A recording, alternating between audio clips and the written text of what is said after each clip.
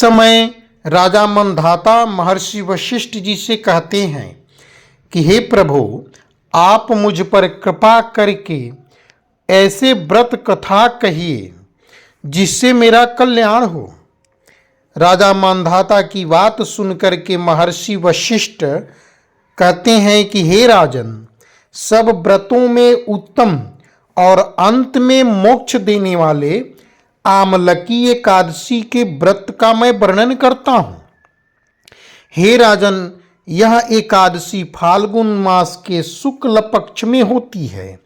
इस व्रत के करने से समस्त पाप नष्ट हो जाते हैं तथा व्रत के प्रभाव सैकड़ों गोदान के फल के बराबर होता है। हे राजन, अब आपको मैं इसके बारे में पौराणिक कथा कहता हूँ, ध्यान पूर्वक सुनिए। महर्षि वशिष्ठ कहते हैं कि हे राजन, प्राचीन काल में वैदिश नाम का एक नगर था जिसमें ब्राह्मण, क्षत्रिय, वैश्य और शूद्र चारों वर्ण आनंद सहित निवास करते थे। उस नगर में सदैव वेद ध्वनि गूंजा करती थी तथा पापी, दुराचारी, नास्तिक उस नगर में कोई नहीं था, अर्थात दुराचारी उस नगर में निवास ही नहीं करते थे। उस नगर में चैत्ररथ नाम का चंद्रवंशी राजा राज्य करता था।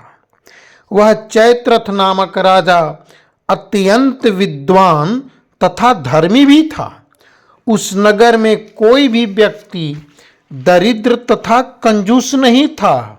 सभी नगरवासी भगवान विष्णु के भक्त थे तथा बाल, वृद्ध, स्त्री, पुरुष सभी एकादशी का व्रत किया करते थे। महर्षि वशिष्ठ जी कहते हैं कि हे राजन, एक समय फाल्गुन मास के शुक्ल पक्ष की एकादशी तिथि आई। उस दिन राजा प्रजा सहित बाल, वृद्ध सब ने बड़े ही आनंद सहित इस एकादशी का व्रत किया। राजा अपनी प्रजा के साथ मंदिर में जाकर पुण्य कलश स्थापित करके गंध, पुष्प, नैवेद्य आदि से धात्री आंवले का पूजन करने लगे और प्रार्थना करने लगे कि हे धात्री, तुम ब्रह्म स्वरूप हो, तुम ब्रह्मा जी द्वारा उत्पन्न हुए हो और समस्त पापों का नाश करने वाले हो। तुमको मेरा नमस्कार है, तुम मेरा अर्घ्य स्वीकार करो। हे राजन, उस मंदिर में सबने रात्रि को जागरण किया। रात के समय वहां प्रभु की इच्छा से एक बहेलिया आ गया जो अत्यंत पापी और दुराचारी था। वह अपने कुटुंब परिवारजन का पालन पोषण जीव हत्या करके ही करता था। भूख तथा प्यास से अत्यंत व्याकुल वह बहेलिया इसे भगवत जागरण को देखने के लिए मंदिर के एक कोने में ही बैठ गया और भगवान विष्णु भगवान तथा एकादशी महात्म्य की कथा सुनने लगा। इस प्रकार अन्य मनुष्यों की भांति उसने भी सारी रात जागकर बिता दी। प्रातः काल होते ही सब लोग अपने अपने घर को गए तथा बहेलिया भी अपने घर चला गया। घर जाकर उसने भोजन किया। वशिष्ठ जी कहते हैं कि हे राजन, कुछ समय बीतने के पश्चात बहेलिये की मृत्यु हो गई, मगर वह आमलकी एकादशी की व्रत तथा जागरण करते हुए कथा सुनने के प्रभाव से हे राजन, वह बहेलिया विदुरथ राजन के घर जन्म लिया और उसका नाम वसुरथ रखा गया। युवा होने पर वसुरथ चतुरंगिणी सेना के सहित तथा धन्य धान्य से युक्त होकर 10,000 गांवों का पालन करने लगा।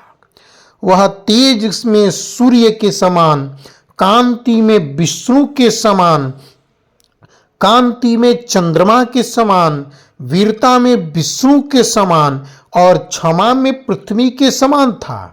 वह अत्यंत धार्मिक, सत्यवादी, कर्मवीर और विष्णु भक्त भी था। वह प्रजा का सम्मान भाव से पालन करता था। वसुरथ दान देना उसका नित्य कर्तव्य था। हे राजन, एक दिन वसुरथ शिकार खेलने के लिए निकल गया। दैव योग से वह मार्ग भूल गया और दिशा ज्ञान न रहने के कारण उसी वन में एक वृक्ष के नीचे सो गया। थोड़ी देर बाद पहाड़ी मलेच्छ वहां पर आ गए और राजा को अकेला देख करके मारो मारो शब्द करते हुए राजा की ओर दौड़ गए। मलेच्छ कहने लगे कि इस दुष्ट राजा ने हमारे माता पिता पुत्र पौत्र आदि अनेक संबंधियों को मारा है तथा देश से निकाल दिया है, अतः इसको अवश्य मारना चाहिए। ऐसा कहकर के वह मलेच्छ पहाड़ी राक्षस उस राजा को मारने के लिए दौड़े और अनेक प्रकार के अस्त्र शस्त्र उसके ऊपर फेंके। वे सब अस्त्र शस्त्र राजा के शरीर पर गिरते ही नष्ट हो जाते थे। हे राजन, उनका वार पुष्प के समान प्रतीत होता था। अब उन मलेच्छों के अस्त्र शस्त्र उल्टा ही उन्हीं पर प्रहार करने लगे, जिससे वे सभी मलेच्छ मूर्छित होकर के गिरने लगे। उसी समय राजा के शरीर से एक दिव्य स्त्री उत्पन्न हुई। महर्षि वशिष्ठ कहते हैं कि हे राजन, वह स्त्री अत्यंत सुंदर होते हुए भी उसकी भ्रिकुटी टेढ़ी थी। उसकी आंखों से लाल लाल अग्नि निकल रही थी, जिससे वह दूसरे काल के समान प्रतीत हो रही थी। वह स्त्री मलेच्छों को मारने दौड़ी और थोड़ी ही देर में उसने सब मलेच्छों को काल के गाल में पहुंचा दिया।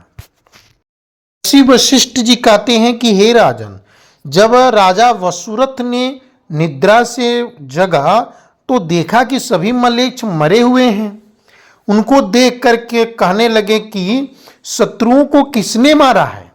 इस वन में मेरा कौन हितैषी है? ऐसा विचार कर ही रहे थे कि आकाशवाणी हुई कि हे राजन, इस संसार में विष्णु भगवान के अतिरिक्त कौन तेरी सहायता कर सकता है? इस आकाशवाणी को सुन करके राजा ने अपने राज्य में आए और सुखपूर्वक राज्य करने लगे। महर्षि वशिष्ठ कहने लगे कि हे राजन, इस आमलकी एकादशी के व्रत का प्रभाव था। जो मनुष्य इस आमलकी एकादशी का व्रत करते हैं और कथा श्रवण करते हैं, वे प्रत्येक कार्य में सफल होते हैं और अंत में भगवान विष्णु को प्राप्त हो जाते हैं। जय श्री कृष्णा। श्री राधे राधे।